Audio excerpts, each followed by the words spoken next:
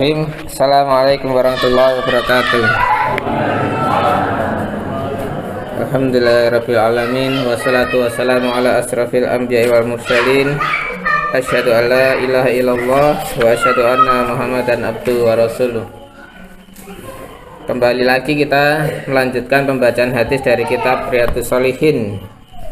Kitab yang sangat indah ya, karangan Imam An-Nawawi rahimahullah.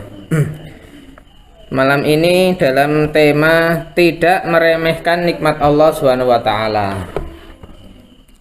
Dari Abu Hurairah radhiyallahu an, Rasulullah shallallahu alaihi wasallam bersabda, "Unzuru ila man huwa asfala minkum wa la tanzuru ila man huwa farqakum, fa huwa ajdaru alla tasdaru nikmatallahi alaikum." Muttafaqun alaih.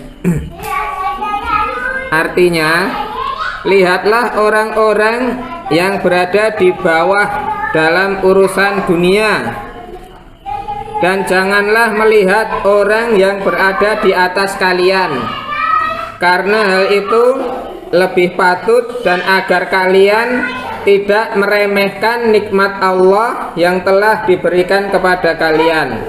Hadis diriwayatkan muttafaqun alaih, yaitu Imam Bukhari dan Imam Muslim. Kandungan hadis yang pertama, ketenangan hati seseorang tidak akan diperoleh dengan membaguskan pandangannya dan qanaah. Yaitu qanaah itu merasa cukup terhadap apa yang telah Allah bagikan kepada masing-masing hamba. Apabila dia telah mampu membuat hatinya menjadi qanaah, mampu membuat hatinya menjadi merasa cukup atas nikmat yang diberikan Allah, lalu meresapi serta menghayati segala curahan nikmat dari Zat yang Maha Pengasih, maka ketika itulah hati bisa beristirahat dan memperoleh ketenangan, sehingga tumbuhlah perasaan ridho terhadap segala sesuatu yang diberikan Allah Subhanahu wa taala. Maka dia pun tidak lagi memiliki keinginan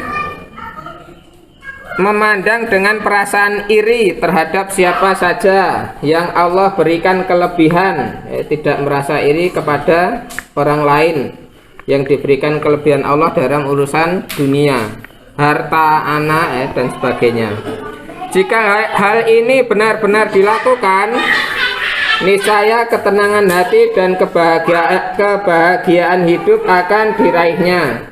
Namun jika tidak, dia melakukan bagaimanapun keadaannya, pastilah dia akan tetap mendapati orang-orang yang melebihi kedudukannya, atau melihat orang yang kedudukannya lebih baik, lebih kaya, atau hartanya banyak, anaknya lebih banyak, dan yang lainnya. Sehingga keletihan hati, kecemasan jiwa, keletihan raga akan terus menghantuinya hingga melalaikannya dan melengahkannya untuk mempersiapkan diri menghadapi kehidupan yang kekal dan kehidupan yang abadi. Wal akhiratu khairu wa abqa.